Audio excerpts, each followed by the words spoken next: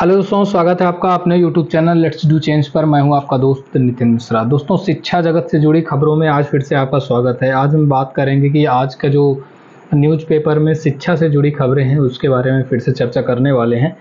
देखिए, सबसे पहले हम बात करेंगे कि योगी कैबिनेट की बैठक आज कई बड़े फैसले होने वाले हैं। तो देखिए, आज योगी आदित्यनाथ ने फिर से एक बार फैसला किया है बैठक करने का अपने विभाग में जो उनके बड़े आला अधिकारी हैं या उनके जो मंत्री हैं उन लोगों के साथ में।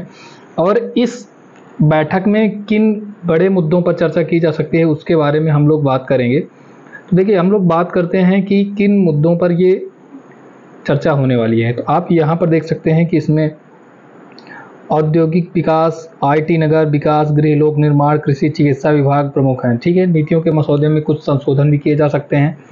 और इसमें आप एक चीज़ देख सकते हैं कि चिकित्सा शिक्षा विभाग, इसमें शिक्षा विभाग को भी जोड़ा गया है। तो हो सकता है कि आज की बैठक में कुछ आपको सकारात्मक परिणाम देखने को मिल जाए। और एक चीज़ ये भी है कि ये जो आने वाला ये सप्ताह है, अभी जो हमारा वीक चल रहा है, आज ट्यूसडे है, तो ये वीक बहुत ही ज़्यादा इम्पॉर्टेंट होने वाला है उत्तर प्रदेश में खास करके। तो अब देखने वाली बात होगी कि क्या कुछ नया होने वाला है। दूसरी तरफ शिक्षक भर्ती में मांगा मौका। मैं आपको बता दूं कि शिक्षा सेवा चयन आयोग में कुछ जो UGC नेट के उत्तीर्ण अभ्यर्थी हैं वो लोग मौका मांग रहे हैं कि जो आने वाली TGT, PGT और असिस्टेंट प्रोफेसर की भर्ती है उसमें इन लोगों को भी मौका मिले, क्योंकि पिछले कुछ वर्षों से ये भर्ती अटकी हुई है, लगभग 2-2.5 साल से। तो 2-2.5 साल से जो अभ्यर्थी बीच में रह गए हैं उनको भी मौका मिलना चाहिए। बिल्कुल, देखिए, अगर देखा जाए तो ये इनकी मांग बिल्कुल जायज़ है, इनको मौका मिलना चाहिए इसमें। ठीक है, नेक्स्ट पेज पर बढ़ते हैं। तो भर्ती के इंतजार में बूढ़े हो रहे हजारों बेरोजगार। बिल्कुल सही बात है। अगर हम बात करें कि इसमें कुछ विभाग ऐसे हैं जहां पर वैकेंसी कई सालों से देखने को नहीं मिली है। आप यहां पर देख सकते हैं कि प्राथमिक शिक्षक भर्ती, अगर प्राथमिक शिक्षक भर्ती की बात करें तो प्राथमिक शिक्षक भर्ती 2018 के बाद से नहीं आई है। मैं इसमें एक ऐड करूंगा, जूनियर एडेड की जो एग्ज़ाम है वो 2021 में हुआ था और वो वैकेंसी अभी तक कंप्लीट नहीं हो सकी है।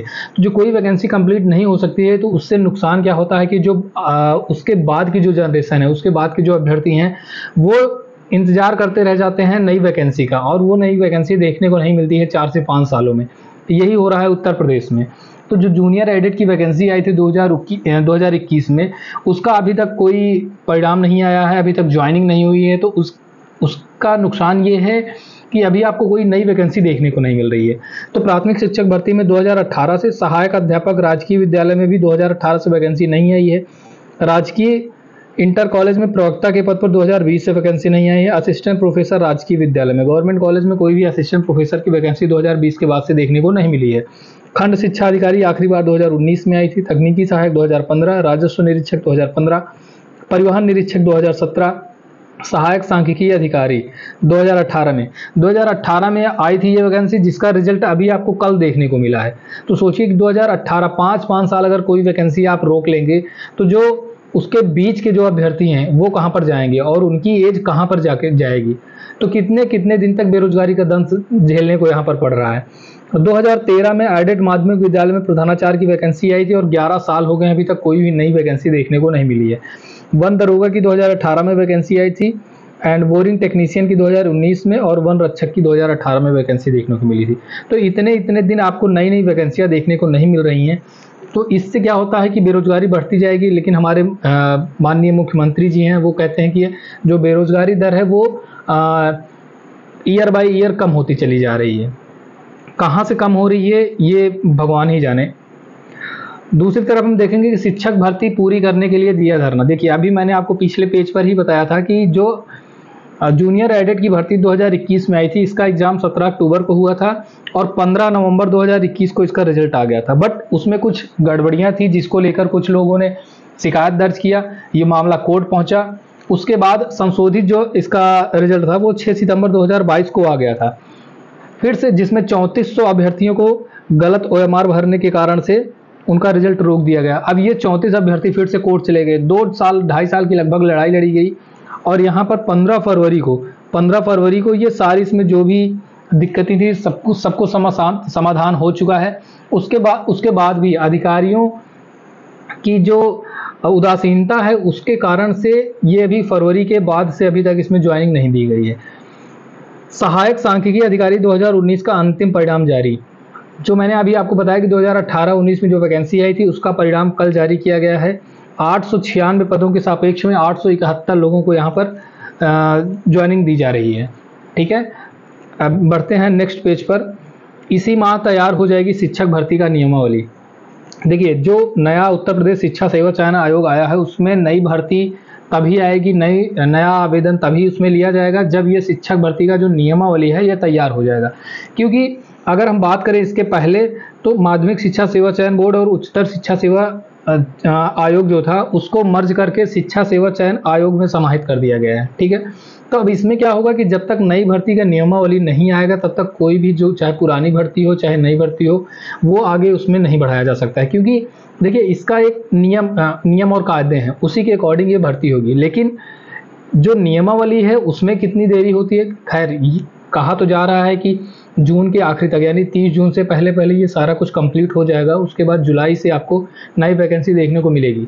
लेकिन अब जब तक ये चीज़ हो नहीं जाती है तब तक कुछ कहा नहीं जा सकता है, क्योंकि 2.5 से 3 सालों से बच्चे इंतजार कर रहे हैं इन सब चीज़ों का, और इसी में बिल्कुल सबको अरझा कर रखा गया है। ठीक, तो 30 जून से पहले आ जाएगा बीएड का प्रवेश परीक्षा का परिणाम। 9 जून को जो अभी बीएड का प्रवेश परीक्षा ली गई है उसका परिणाम 30 जून से पहले पहले देने की पूरी कोशिश की जा रही है। और अगर ये परिणाम आ जाता है तो फिर ये देखने वाली बात होगी कि बीएड में कितने लोग हैं जो एडमिशन लेते हैं। ठीक, एक क्लिक में दिखेगा यूपी बोर्ड के 80 वर्षों का रिकॉर्ड। देखिए, सबसे बेहतरीन अगर मुझे कोई आज के न्यूज़पेपर में खबर लगी तो मुझे ये दिख रही है कि 1923 में जो उत्तर प्रदेश बोर्ड ने पहला एग्ज़ाम कराया था तब से लेकर 2024 तक यानी 101 वर्षों का अगर कोई भी परिणाम देखना चाहता है तो वो इनकी वेबसाइट पर जाएगा। जो भी जैसे ही इनका डिजिटलीकरण हो जाता है उसके बाद ये एक वेबसाइट जारी करेंगे। उस वेबसाइट पर जाकर आपके जो भी जानकारियां हैं वहाँ पर आप मेंशन करेंगे, रोल नंबर या रजिस्ट्रेशन नंबर किस तरीके से ये लेते हैं, या हो सकता है कि अभ्यर्थी के नाम और पिता के नाम पर ये रिजल्ट जारी करें। तो ये देखने वाली बात होगी कि इनका क्या फॉर्मूला रहता है, कैसे ये रिजल्ट शो करते हैं। लेकिन एक चीज़ ये बेहतरीन लग रहा है देखने के बाद कि कितना भी पुराना से पुराना रिजल्ट होगा तो जो दस्तावेज यहाँ पर संभाल कर रखना पड़ता था अभ्यर्थियों को और विभाग दोनों को, उस चीज़ से यहाँ पर छुट्टी मिलेगी। अगर किसी को पुराने से पुराना रिजल्ट अपना देखना है, प्रमाण पत्र कोई भी देखना है, आप इनकी वेबसाइट पर जाएंगे, वहाँ पर डिटेल्स आप मेंशन करेंगे तो जो भी आपका रिजल्ट होगा वो आपके सामने आ जाएगा। तो ये बहुत ही बेहतरीन अगर देखा जाए प्रयास है तो ये बहुत अच्छा लग रहा है, क्योंकि अगर कोई भी पुराना है और अपना रिजल्ट देखना चाहता है तो वो देख सकता है।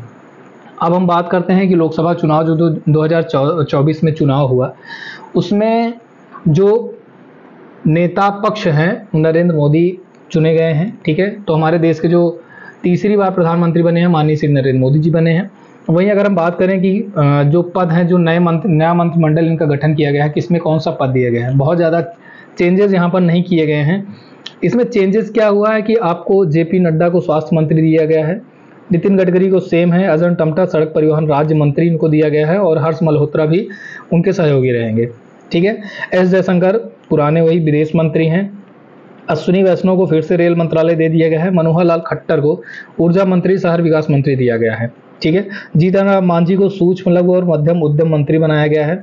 शिवराज सिंह चौहान को कृषि मंत्रालय दिया गया है, कृषि मंत्री पंचायती राज मंत्री इनको यहाँ पर दिया गया है। धर्मेंद्र प्रधान को फिर से शिक्षा मंत्री और राजनाथ सिंह को वही पुराना रक्षा मंत्री दिया गया है, रक्षा मंत्री बनाया गया है। निर्मला सीतारमण को फिर से एक बार वित्त मंत्रालय की कमान सौंपी गई है। ठीक है, चिराग पासवान को केंद्रीय खेल एवं युवा कल्याण मंत्री खाद्य प्रसंस्करण मंत्री बनाया गया है। ये एक नया चेहरा यहाँ पर आपको देखने को मिल रहा है, क्योंकि इसके पहले अनुराग ठाकुर खेल मंत्री थे और अब चिराग पासवान को ये जिम्मेदारी सौंपी गई है।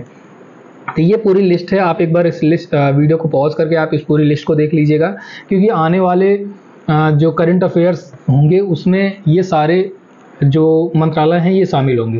तो ये एक बार जो अभ्यर्थी हैं उनके लिए ज़रूरी हो जाता है। ठीक है, तो फिलहाल आज का जो शिक्षा से संबंधित खबर थे उसमें यही रहेगा। आगे आपको जो कल कोई अगर नई खबर निकल कर आती है तो आपको वीडियो के माध्यम से बताने का पूरा प्रयास किया जाएगा। बहुत बहुत धन्यवाद, थैंक यू सो मच दोस्तों।